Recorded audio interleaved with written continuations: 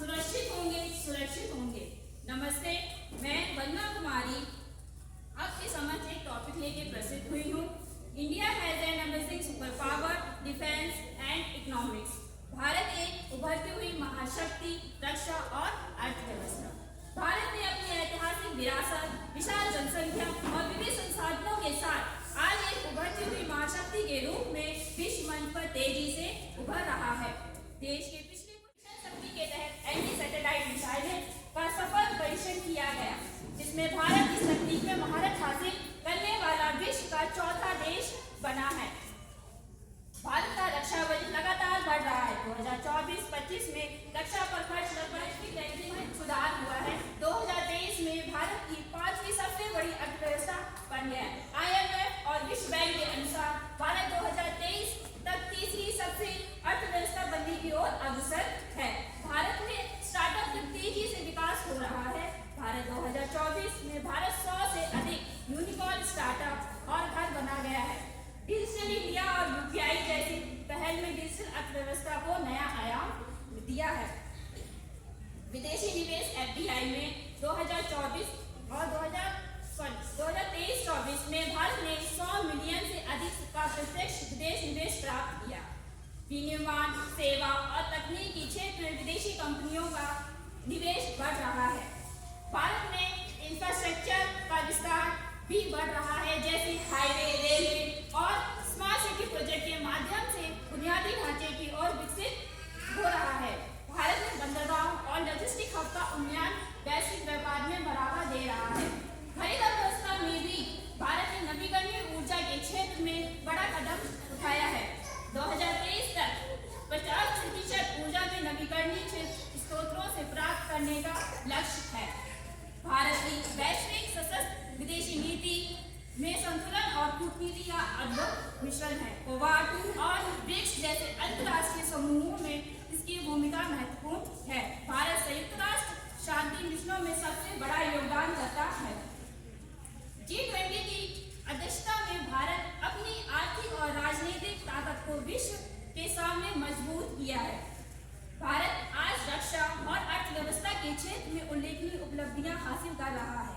आत्मनिर्भर Bharat, make in India और digital India जैसी पहलों में इस प्रगति की ओर तेज कर दिया है। भारत का लक्ष्य न केवल एक महाशक्ति बनना है, बल्कि दुनिया को शांति, विकास और सहयोग का मार्ग दिखाना भी है।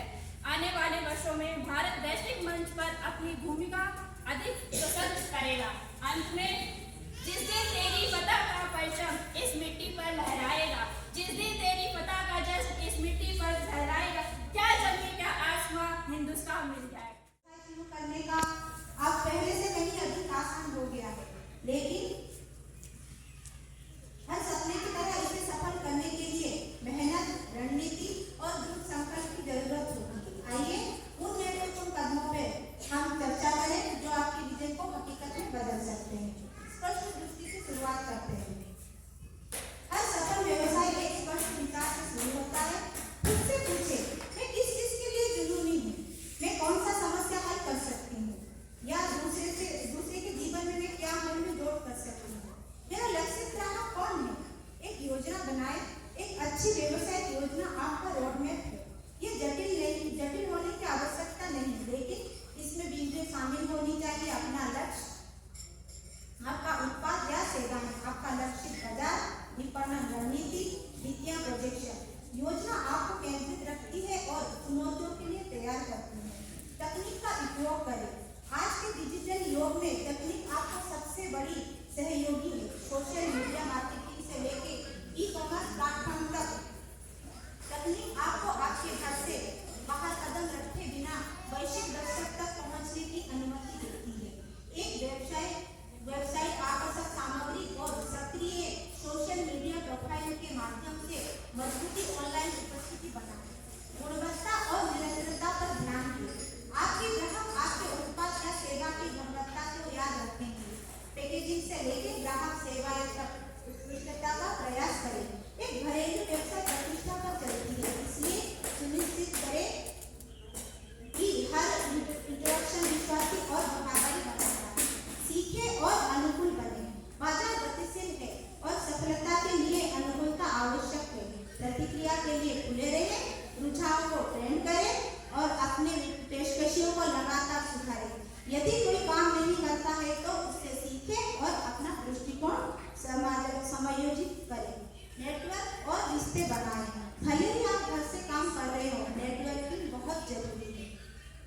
स्थानीय व्यवसाय समूहों में शामिल हो, वर्चुअल इवेंट में भाग लें और समान विचारधारा वाले व्यक्तियों से जुड़ें।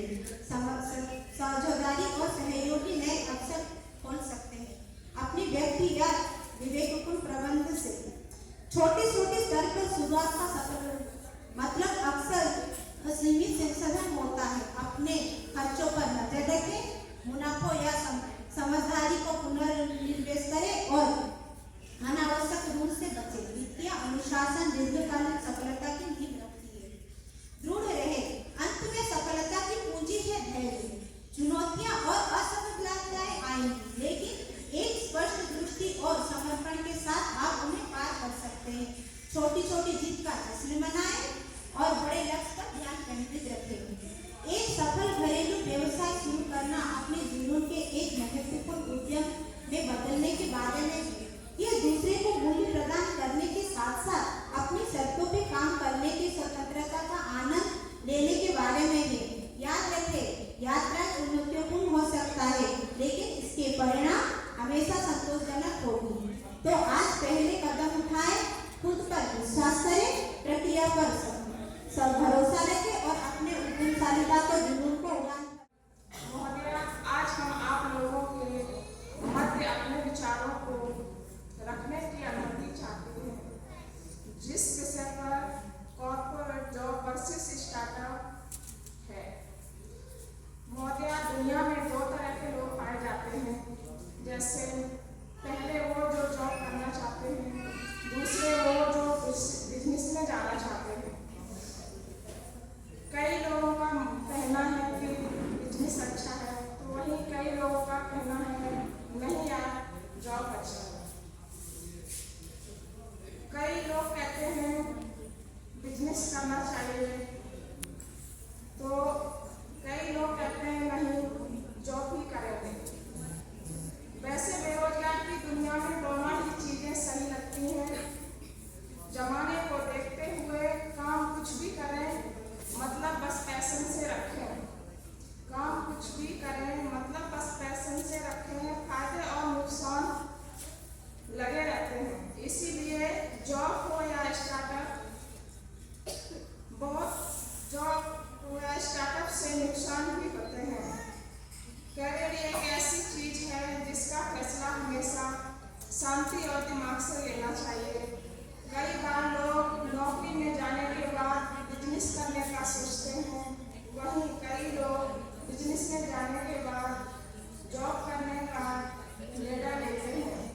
जिंदगी के हर पहलू को माप तौल कर और फैसला लेना चाहिए। आपको बिजनेस करना है या जॉब, आपका फैसला होना चाहिए। जॉब के फायदे।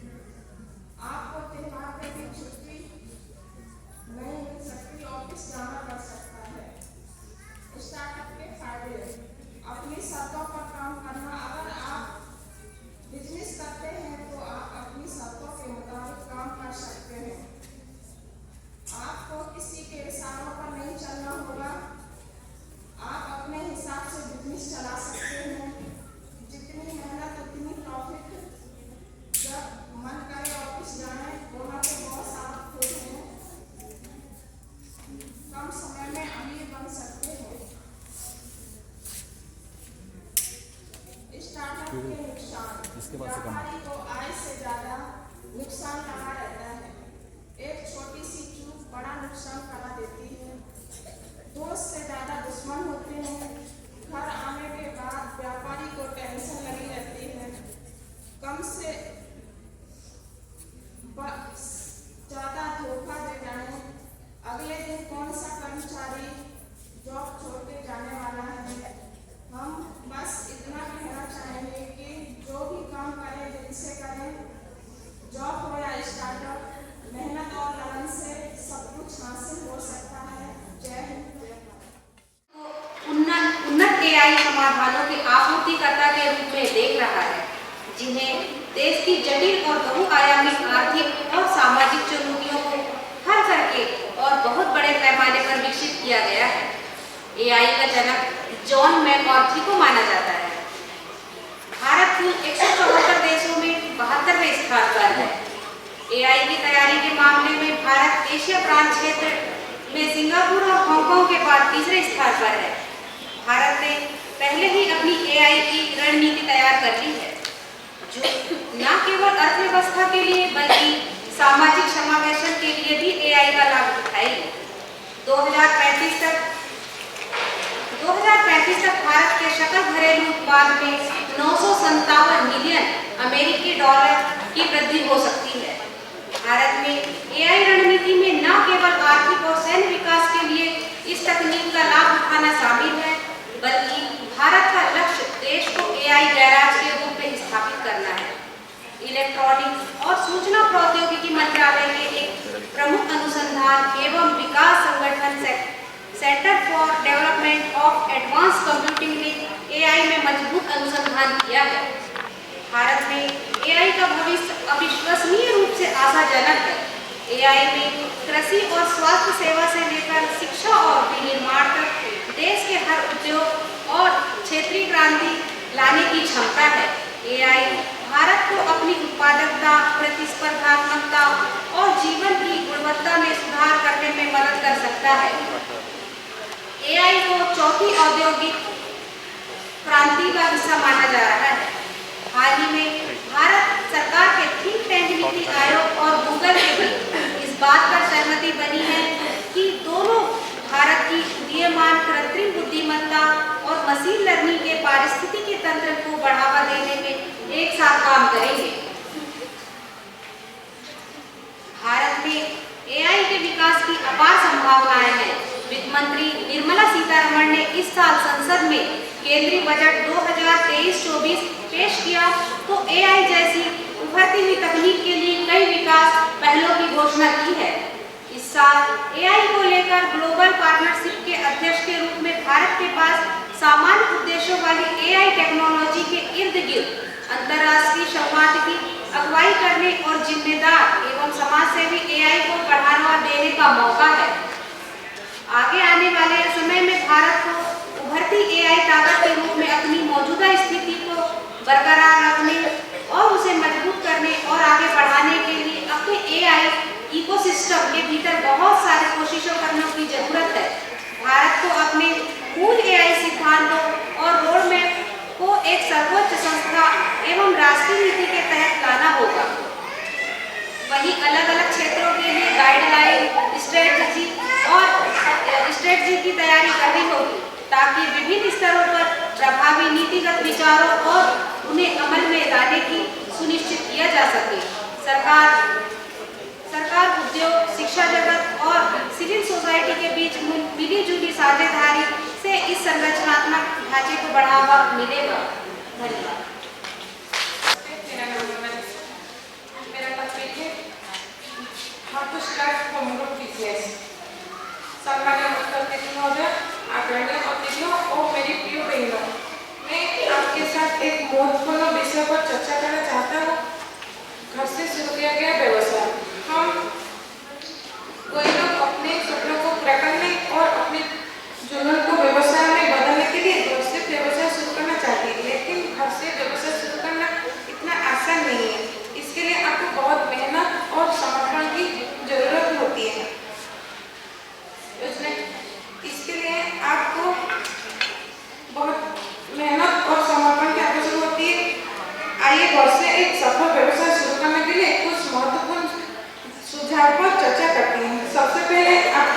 अपने जरूरत को पहचाना होगा। आपको क्या पसंद है, आपको कौशल क्या है, आपके किस प्रकार व्यवसाय में रुचि है। जब आप जरूरत को पहचानेंगे तो आप व्यवसाय उस दिशा में ले जा सकती है। एक बार जब आप जरूरत को पहचान ले तो आपको मार्केटिंग रिसर्च करना होगा, ये जानना होगा कि आपको उत्पाद की मांग क्या है, आपको प्रतिस्पर्धी कौन है, आपको अपने उत्पाद को कैसे अलग दिखाना होगा। मार्केट रिसर्च करने के बाद एक व्यवसाय की योजना बनानी होगी। इसमें आपकी व्यवसाय की उद्देश्य, मिशन और रणनीति शामिल होना चाहिए। आपको अपने व्यवसाय के लिए एक स्पष्ट दृष्टिकोण और लक्ष्य निर्धारित करना होगा। व्यवसाय शुरू करने के लिए आपको फंडिंग की भी आवश्यकता हो सकती है। आपको अपनी वंचित निवेश या ऋण के माध्यम से फंडिंग की प्राप्त कर सकती है।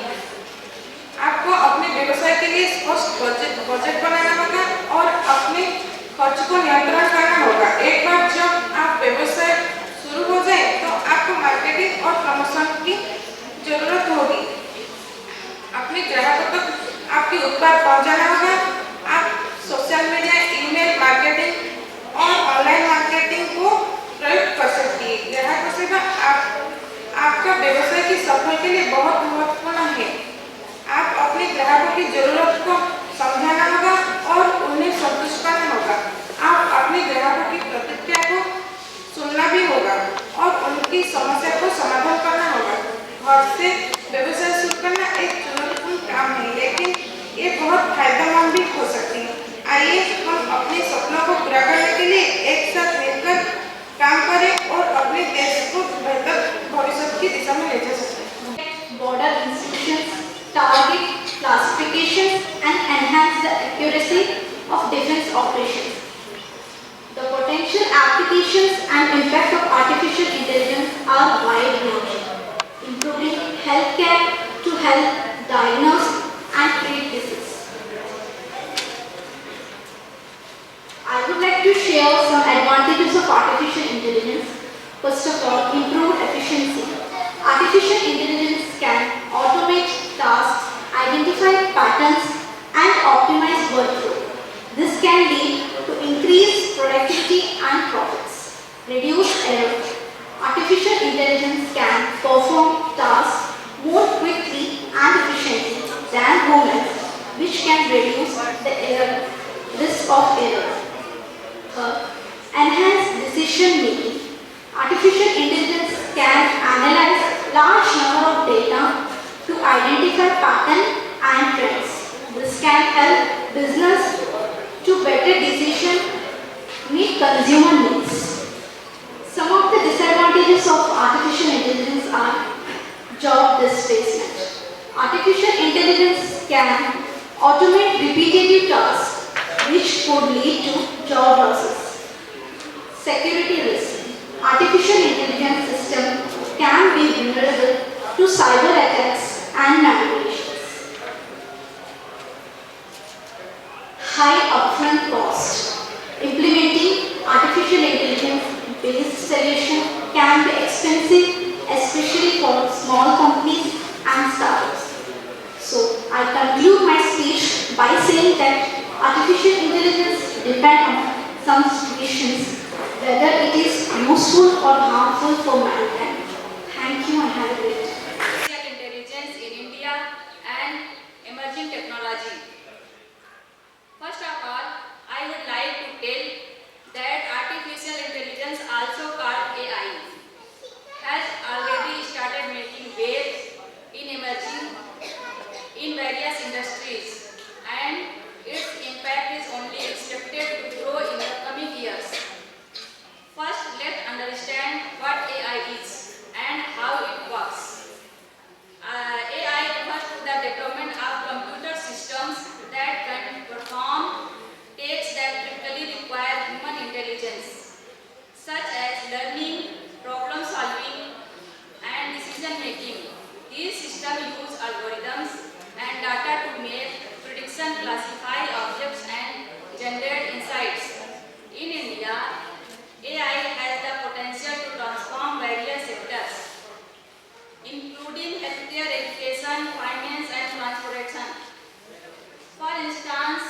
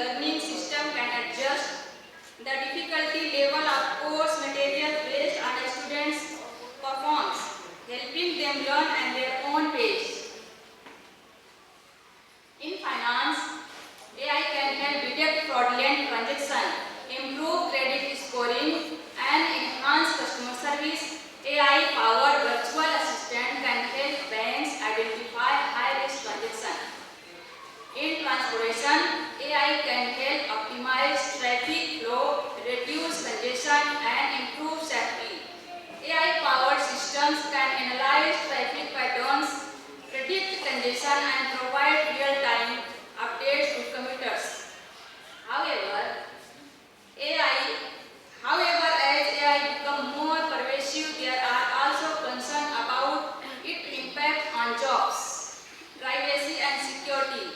There is a fear that AI would displace human workers, particularly in sectors where tasks are repetitive or can be easily automated. To address these concerns, it is essential to develop AI in a responsible and ethical manner. This includes ensuring that AI systems are transparent, explainable, and where we need to develop AI that complements human capabilities rather than replacing them. In conclusion, the future of artificial intelligence in India is exciting and full of possibilities. As an emerging technology, AI has the potential to transform various sectors and improve the lives of millions of people. However, we need to develop AI in a responsible and ethical manner, ensuring that it complements human capabilities and benefits society as a whole. Thank you. On 3rd April 1984, Prime Minister Indira Gandhi asked former Air Force pilot Rakesh Sharma, how does India look from space? Rakesh replied, Sare jahan se acha. Good morning, calling you Ram Ma'am, all officers ma'am present, sir also, and my lovely friends.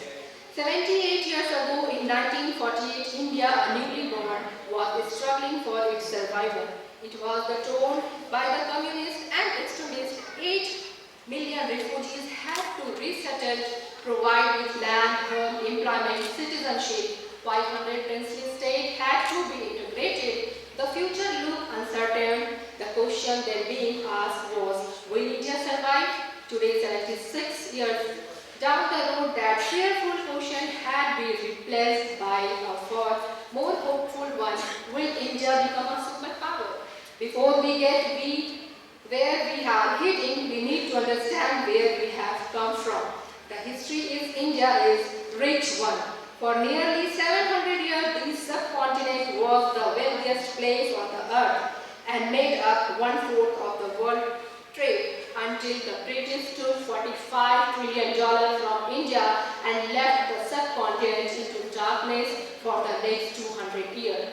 India leaders dream of a United States surviving the British. The economical ideology of India focused on Swadeshi or self-sufficiency. Gandhiji dreamed on self-sufficient and agrarian nation, while Nehruji was a bit more grounded in economic reality and wanted industrialization reliant on domestic industry. We followed the policy of protectionism in the form of tariff quota, which increased the price of imported goods and encouraged the domestic industry.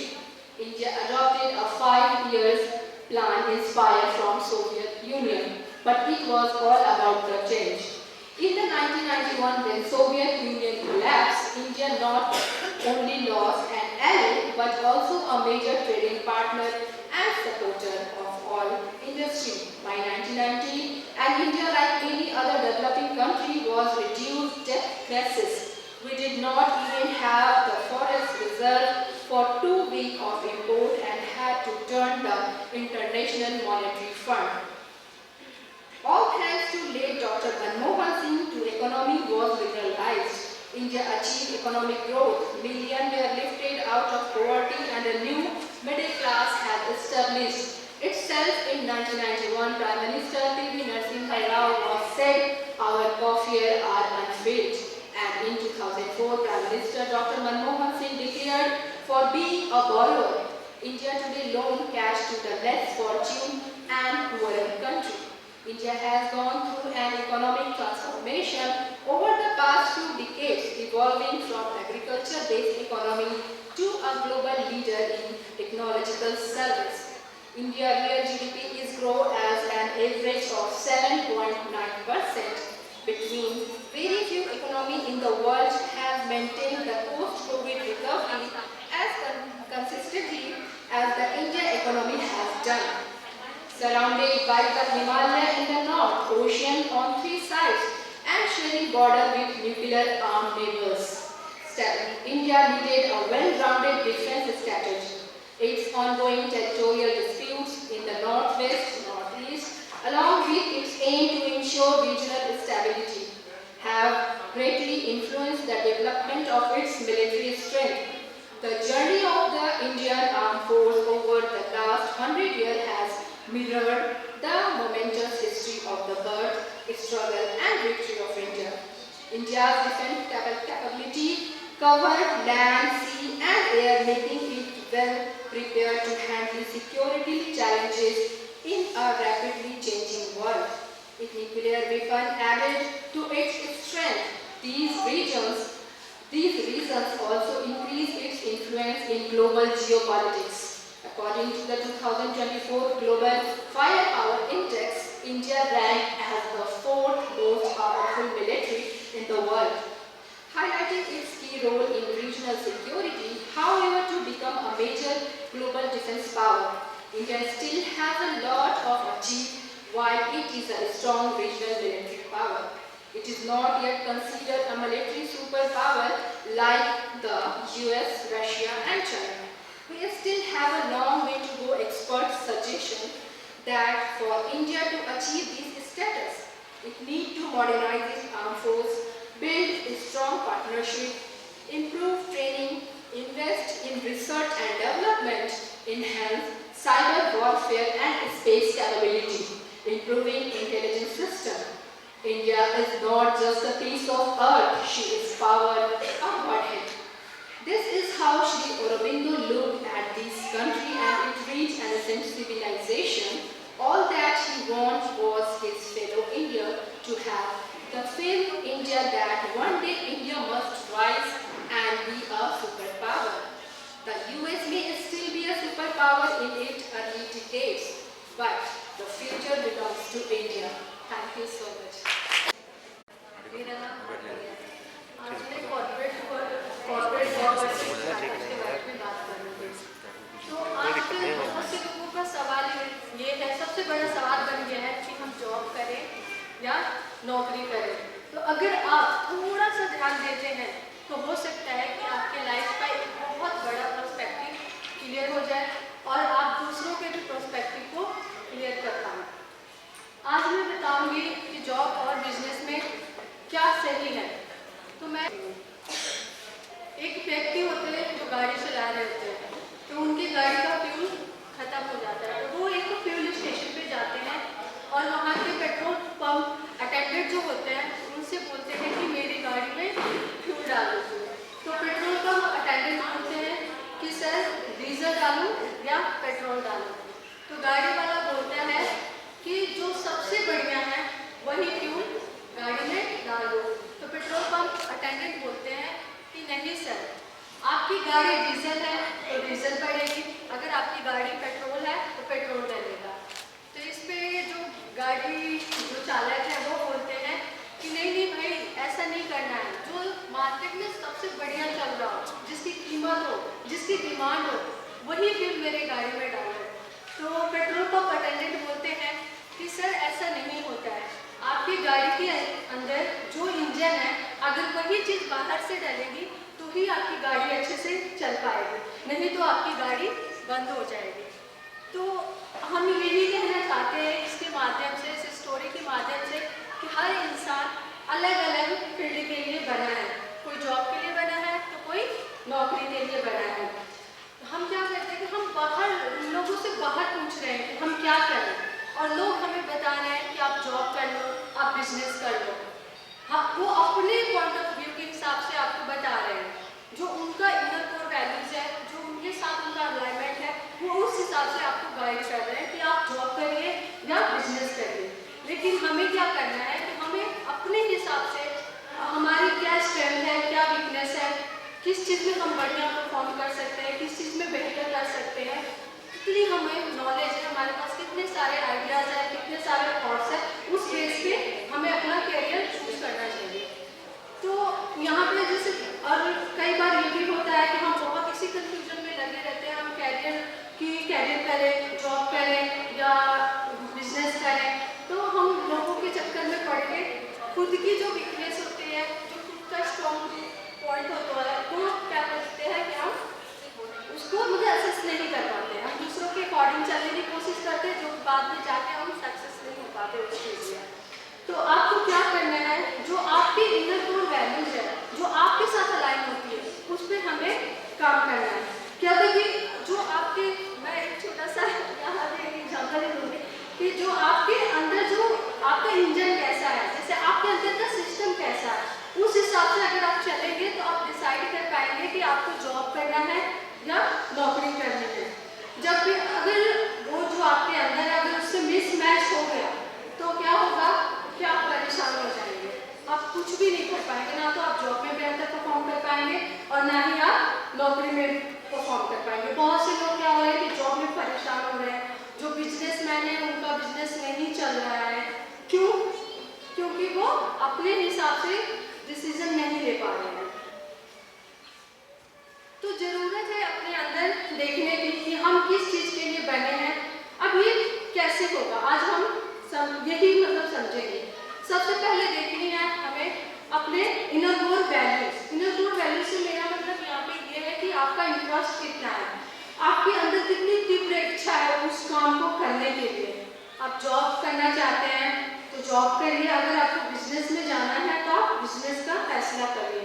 कई बार क्या होता है कि हम fixed pattern पे मतलब काम नहीं करना चाहते हैं।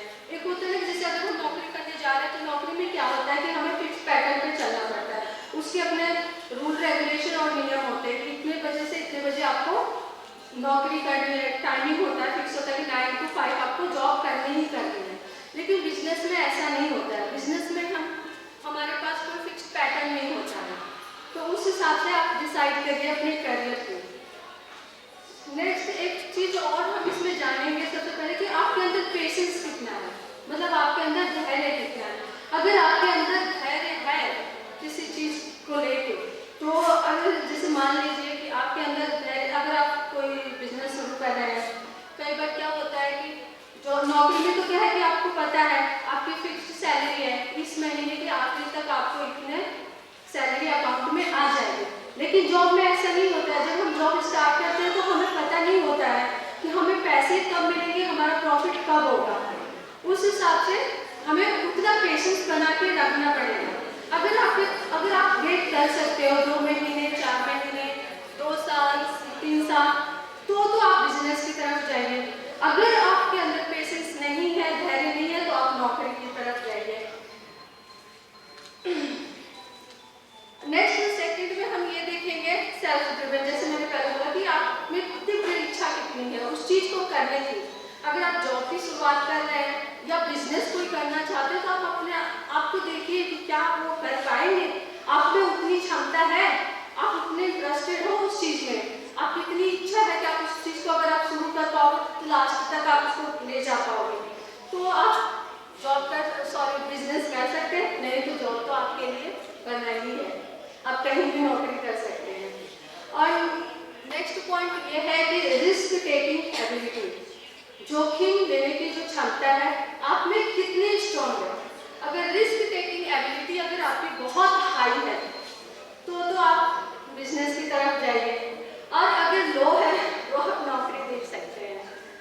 फिर कई बार क्या होता है कि हम बहुत बार इस चीज़ में फंस के रह जाते हैं कि नहीं हम दूसरों के लिए व्यवसाय नहीं कर, दूसरों के लिए काम नहीं कर सकते, दूसरों के लिए हम इतना टाइम क्यों लगाएं, अपना इतना एफर्ट्स क्यों डालें। तो वो लोग क्या करते हैं कि उनके लिए सबसे बेस्ट है कि वो अपना खुद का बिजनेस कर लें, जो भी अपना एफर्ट्स है, जो भी अपना समय है वो उसमें लगाएं। अगर ये सब नहीं कर सकते हैं, फिर आपको बिल्कुल एक स्टेबिलिटी चाहिए, एक फाइनेंशियल सपोर्ट चाहिए, इमोशनल सपोर्ट चाहिए, सोशल सपोर्ट चाहिए, तो आप नौकरी की तरफ जा सकते हैं। और एक चीज़ ये भी है असफलता। अगर कई बार क्या होता है कि हम जब बिजनेस को शुरू करते हैं तो हमें बार बार असफलता मिलती है, तो आपको ये भी देखना है कि आप उस असफलता को कितना बचा सकते हो। आपके अंदर इतनी क्षमता है उस असफलता को झेलने का दम रखते हैं तो आप बिजनेस शुरू कीजिए। अगर आपके अंदर वो झेलने की क्षमता नहीं है तो आप जॉब की तरफ जा सकते हैं, नौकरी कर सकते हैं कहीं।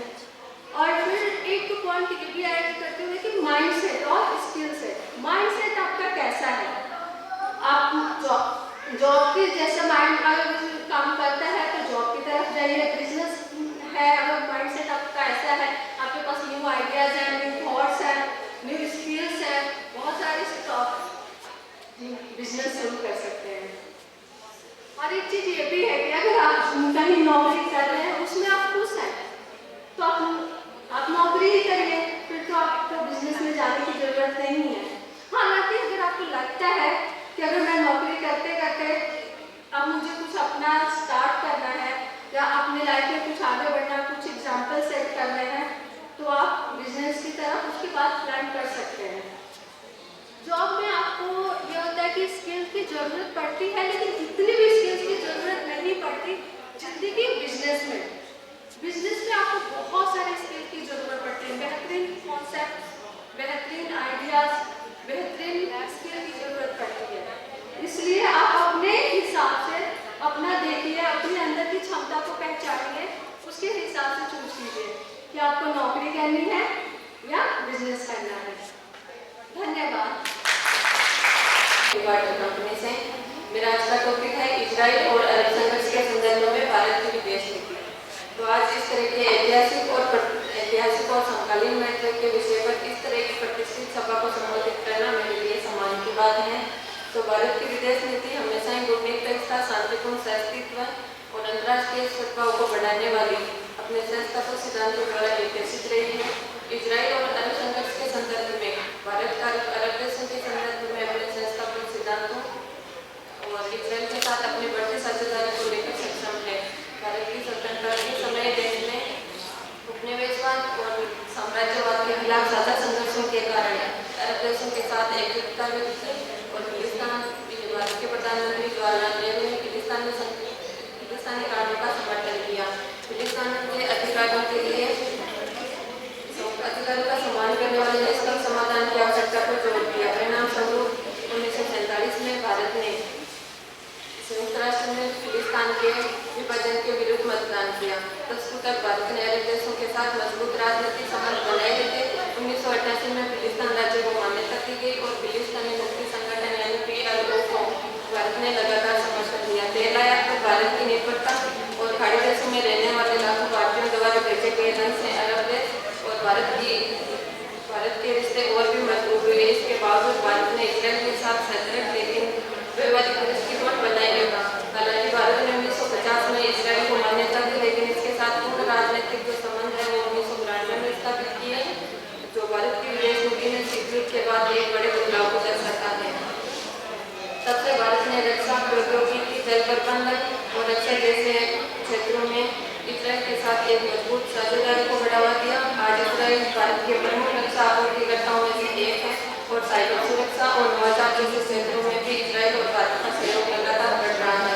भारत की विदेश नीति की एक उल्लेखनीय विशेषता यह भी है कि इजराइल और अरब जगत के साथ अपने संबंधों को संतुलित करने की इसकी एक अलग ही क्षमता है। भारत ने लगातार इजराइल और अरब संघर्ष के लिए बातचीत के माध्यम से शांतिपूर्ण समाधान की वकालत की है। हाल के वर्षों में खाड़ी देशों के साथ भारत के संबंध भी काफी गहरे हुए हैं, जिसकी पहचान सऊदी अरब, UAE और कतर जैसे देशों के साथ मजबूत रणनीति से सामने दिखाई देता है। ये संबंध न केवल सशस्त्र के लिए बल्कि इन देशों में काम करने वाले लाखों भारतीयों के कल्याण के लिए भी महत्वपूर्ण है। आज भारत इजराइल अरब संघर्ष को वैवाहिक और संतुलित दृष्टिकोण के साथ देखता है, जबकि यह फिलिस्तीनी कानून का समर्थन करना भी लगातार जारी रखता है और नियमित रूप से संयुक्त राष्ट्र में फिलिस्तीनी अधिकारों को उजागर करने वाले प्रस्तावों के पक्ष में भी मतदान करता है। यह संतुलित दृष्टिकोण शांति और सहयोग को बढ़ावा देने, उनकी सुरक्षा को सुनिश्चित करने और तकनीकी और रक्षा प्रकृति का लाभ उठाने के भारत के व्यापक लक्ष्यों के अनुरूप है। यह भारत के इस विश्वास को रेखांकित करता है कि इस संघर्ष के समाधान के लिए समावेशिता, संवाद और अंतर्राष्ट्रीय कानून के प्रति सम्मान की आवश्यकता है। निष्कर्ष के तौर पर इजराइल अरब संघर्ष के संबंध में भारतीय विदेश नीति एक सूक्ष्म और बहुआयामी दृष्टिकोण को दर्शाती है। यह बदलती राजनीतिक व्यवस्थाओं